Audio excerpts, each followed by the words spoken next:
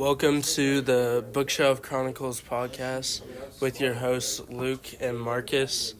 Today we're going to be going over recitative, and more in depth we're going to be going over the theme of prejudice in recitative and how it affects the characters and the overall story arc.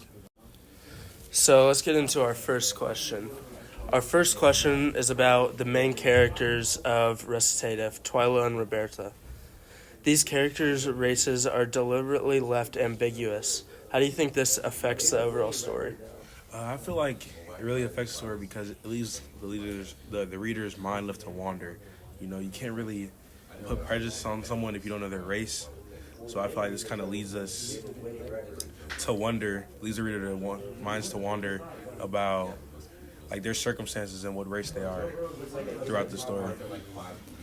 Yeah, I agree with that. I think, the fact that their races are left ambiguous allows the reader to look at their own internal prejudice and see how they perceive the characters of the story and see how they perceive them in different ways without knowing their race, and also it kind of puts more emphasis on the socioeconomic part of prejudice in the book, because that's a very big factor.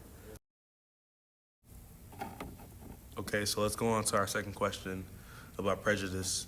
So basically, in the story, throughout the story, we see various forms of prejudice beyond racial bias. So that's beyond having to do discrimination due to race. So basically, we see themes such as socioeconomic status and disability. So how do these additional forms of prejudice, how do you think these additional forms of prejudice contribute to the characters' experiences throughout the story? Yeah, I definitely think that, racial prejudice is the one that is thought of the most when you think of prejudice. And sometimes these other inherent biases that we have against people with disabilities and maybe a different socioeconomic background than us kind of go a little bit more unnoticed. And kind of an example of this is in the story in recitative. The character of Maggie is pretty mysterious because she's mute and she's deaf as well. So they're her disabilities kind of cause her to not be able to. Well, she's not really able to communicate with anyone, and the children at St. Mary's kind of make fun of her for this and stuff, and I think that it's just one of the things that doesn't exactly get talked about as much as racial prejudice, but still can be just as bad. Yeah, I agree.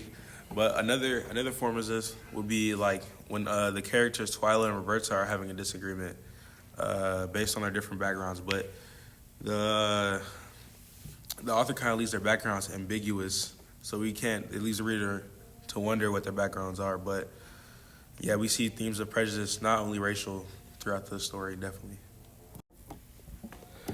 So the story is narrated from Twyla's point of view. How do you think the perspective of the story might change? Maybe in the context of racial identity, maybe the prejudice of different socioeconomic backgrounds, and also the prejudice of disabled people. How do you think this might change if the story is narrated from Roberta's point of view? How do you think the perspective might change, or maybe our view on prejudice? Well, I feel like if the story were narrated from Roberta's perspective instead of Twyla's, it will offer a different lens for the reader, and through which the reader can interpret and view different events differently with prejudice. So, but overall, I feel like hearing Roberta's side of the story would give us as readers a different insight to the different struggles she had to go through, the different struggles and prejudice she had to go through, and then this forces us to think deeper, basically, about how prejudice can not only be racial, but it also can be in different ways, such as our economic backgrounds, disabilities, stuff like that. Okay, so on to the next question, and we're going to be talking about relationships, like the prejudice impact on relationships.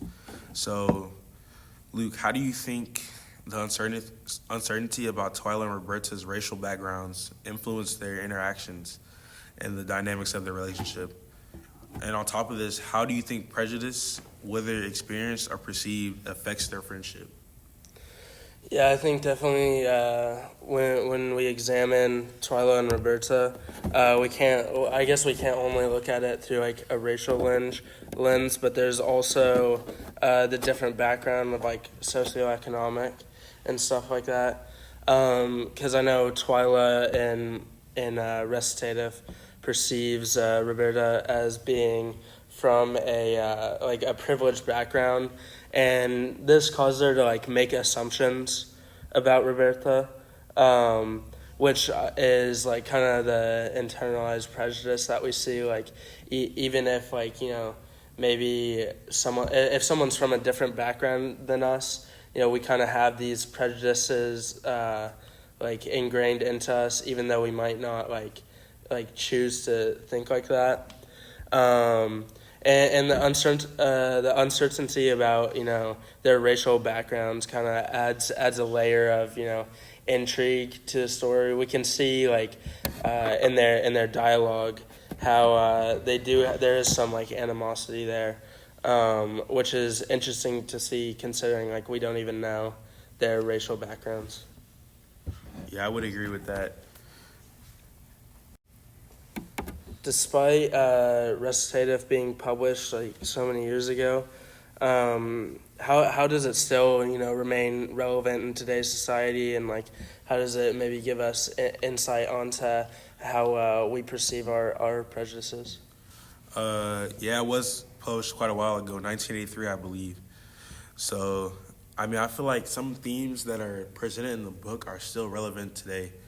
I feel like many times we catch ourselves judging people based on, things such as silly little things such as height, skin color, background, just stuff like that, different disabilities we have. So I feel like the author was trying to aim towards giving the reader a sense of self-reflection and almost like a wake-up call to, look in deeper and see that we are all not perfect, basically, and that we shouldn't be judging other people just because of their skin color or just because they have a disability, And yeah, what do you think? Yeah, I think I agree with that. I think prejudice is just such a timeless thing, and we can perceive through this work that I agree with you that it's kind of a call to action to look within yourself and see what prejudices you have and how you can examine that and maybe try and work to think differently in the future. It is interesting that even despite being published in like 1983, the lessons in this book are still are still relevant today, and I guess that just goes towards my point about it, just prejudice being so timeless. Throughout history you can see prejudice even in ancient society, and I think having such a timeless theme and showing us how we can examine ourselves just shows the relevance of this book in today's society. All right. Well, that's all we have for y'all today. Thank you for listening to the Bookshelf Chronicles. This has been Marcus Harris and Luke Duncan, and listen next time.